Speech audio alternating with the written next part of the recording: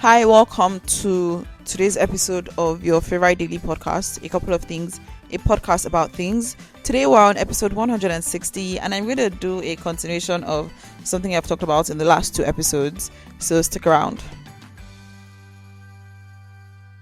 But before I go into what I want to talk about, I'm excited today because somebody was giving away stuff in my building, and one of the things was a baking sheet, which I've been looking for, so I'm very excited about that.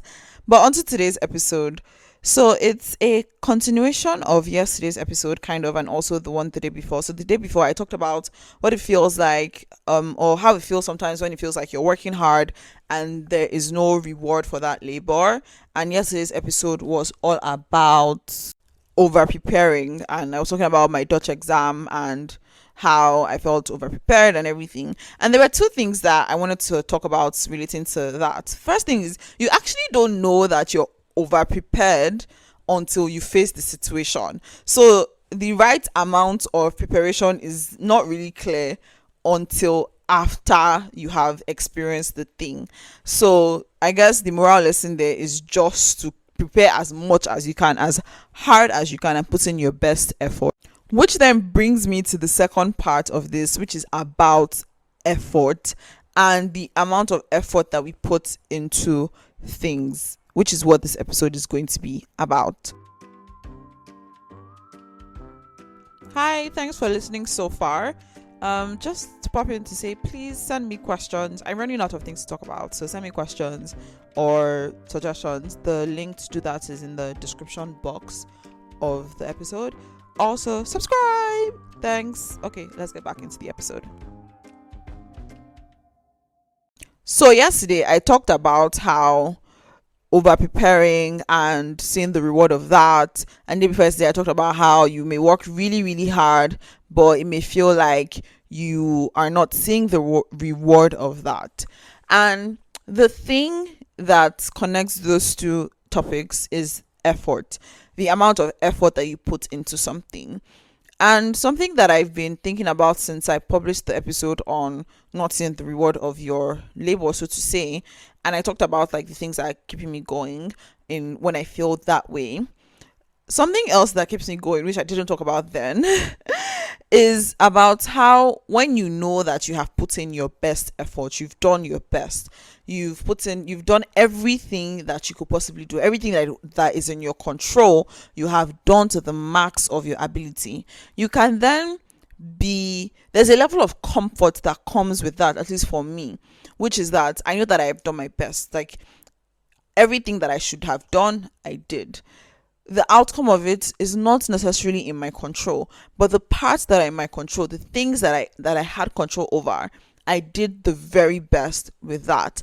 And that is something that that's something that keeps me going, because although on the other hand, sometimes the effect of that is like, oh, I did everything I could and yet. But when we focus on the and yet, like, oh, I did everything I could and yet it didn't work out, blah blah blah, but if we stay there, then it doesn't really benefit us, because then it makes us start to feel like maybe we shouldn't put in effort into things. But the flip side of that is that when you don't put in effort into things and you don't get the results that you want, then you start thinking could have, would have, should have, blah blah blah blah. Whereas if you had just done the very best that you could do and not focus too much on the outcome of what could happen. I mean, you can imagine the best and hope for the best and everything, but sometimes it doesn't just work out that way, because it's also very possible that I could have over prepared or prepared as much as I could and everything for my Dutch exam and not have done as well as I did. And I think that what I'm learning now is that's also okay. I mean, it sucks that it would have sucked if I didn't do as well as I did, and if I had to resit any part of the exam, it would have sucked really badly. But I could face that.